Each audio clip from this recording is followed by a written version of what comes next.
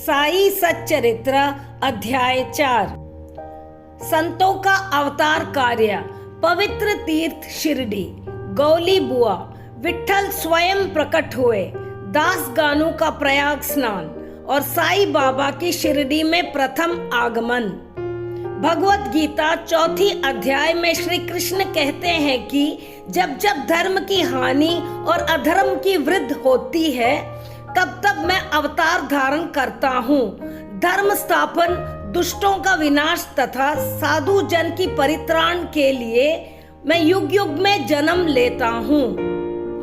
साधु और संत भगवान के ही स्वरूप हैं। वे उपयुक्त समय पर प्रकट होकर अपना अवतार कार्य पूर्ण करते हैं। कई अन्य संत सत्य मार्ग का दर्शन कराने के हेतु भिन्न भिन्न अवतार रूप में प्रकट हुए और इन सब के पश्चात शिरडी में साई बाबा का अवतार हुआ। साई बाबा की सानिध्य से शिरडी का महत्व विशेष बढ़ गया। शांति उनका आभूषण था और वे ज्ञान के प्रतिमा थे। अमीर और गरीब उनके लिए एक समान थे। उनके मुख से सदैव अमृत की वर्षा होती थी। वे निर्भय होकर संभाषण करते थे और हर तरह के लोगों के साथ मिलजुल कर रहते थे। अल्लाह का नाम सदा उनके होठों पर था। जब दुनिया जागती थी वे सोते थे और जब दुनिया सोती तो वे जागते थे। कहने के लिए वे एक स्थान पर निवास करते थे, परंतु विश्व के समस्त व्यवहारों व व्यापारों का उनको भली भांति ज्ञान था। वे विनम्र, दयालु और अभिमान रहित थे। गौली बुआ नाम का एक 89 वर्ष का वृद्ध पंढरी के वरकारी थे। वे प्रति वर्ष वारी लेकर पंढरपुर जाते और वापसी में शिरडी आते। सामान ढोने के लिए एक गधा और एक शिष्य भी सदैव उनके साथ रहता था। गौली बुआ श्री विठोबा के परम भक्त थे और उनका विचार था कि साई बाबा सचमुच में पंढरी नाथ थे। एक बार साई बाबा ने दास गनु को कीर्तन सप्ताह करने की आज्ञा दी और अपने हृदय स्पर्श करते हुए कहा कि सप्ताह के अंत में विठ्ठल भगवान अवश्य प्रकट होंगे। सप्ताह होने के बाद विठ्ठल इस प्रकार प्रकट हुए। काका साहेब को ध्यान करते हुए विठोबा के दर्शन तो हुए और उसी दिन एक चित्र बेचने वाला विठोबा के चित्र लेकर वहां आया। चित्र देखकर बाबा के शब्द याद करके वे सब बहुत प्रसन्न हुए। एक बार दास गानू ने प्रयाग जाकर गंगा यमुना के संगम पर स्नान का लाभ उठाने के लिए बाबा के आज्ञा लेने के लिए उनके पास आए।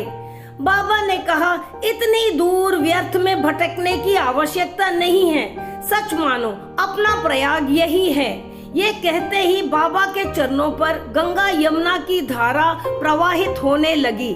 यह चमत्कार देखकर दास गानू के आंखों में आंसुओं की धारा भक्ति और प्रेम से बहने लगी।